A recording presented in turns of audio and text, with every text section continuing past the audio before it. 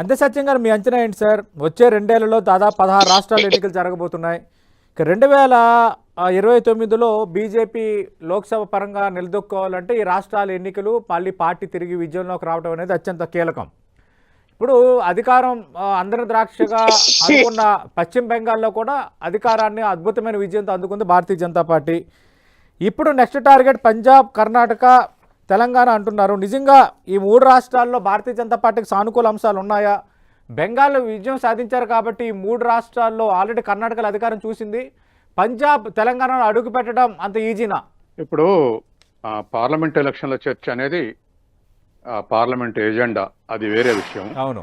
కానీ బీజేపీ మాత్రం ఒక ఆలోచనలో ఉంది. గత 10 ఏళ్లుగా కూడా అది ఇంప్లిమెంట్ చేస్తుంది. మోడీ హవా ఉన్నప్పుడే, దేశంలో అధికారం ఉన్నప్పుడే ప్రతి రాష్ట్రానికి విస్తరించాలనేటువంటి ఒక ఆబ్జెక్టివ్ పెట్టుకుని విస్తరించుకుంటూ వస్తుంది. దాంట్లో 2 స్ట్రాటజీలు అమలు జరుగుతుంది. కర్ణాటకలో నియరెస్ట్ రైవల్ కాంగ్రెస్ కు బీజేపీనే. కాంగ్రెస్ కు అదే బీజేపీ కర్ణాటకలో బలం ఉంది కాబట్టి ఎలక్షన్ల ద్వారా ఓడించగలిగినటువంటి శక్తి కర్ణాటకలో ఉంది. మళ్ళీ కాంగ్రెస్ గెలవచ్చు లేదా బీజేపీ గెలవచ్చు. నియరెస్ట్ రైవల్ మాత్రం బీజేపీనే. కాబట్టి ఇమీడియట్ టార్గెట్ కర్ణాటక ఉంటుంది. తర్వాత పంజాబ్ అనేది మన ఢిల్లీలో వచ్చినటువంటి 7 రాజ్యసభ సభ్యులు బీజేపీలో చేరటంతో పంజాబ్లో వితిన్ ఆమ్ ఆద్మీ పార్టీలనే చీలికరేయడానికి ప్రయత్నం చేస్తుంది. దాంట్లో కేజ్రీవాల్ అంత పవర్ఫుల్ లీడర్ చెద్దా ఉన్నాడు.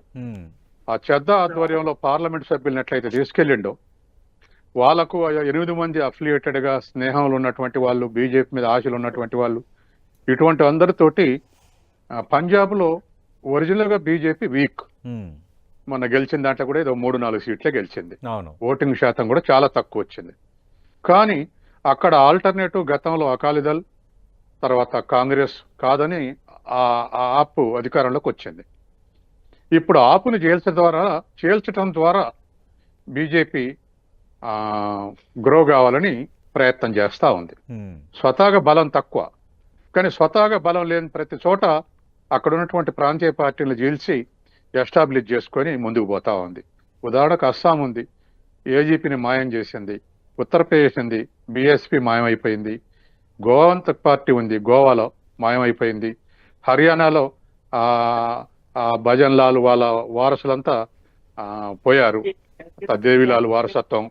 కాబట్టి ప్రాంతీయ పార్టీలన్నింటినీ కూడా వాళ్ళ నెట్వర్క్ ద్వారా డిస్మాంటిల్ చేసుకుంటూ వస్తుంది.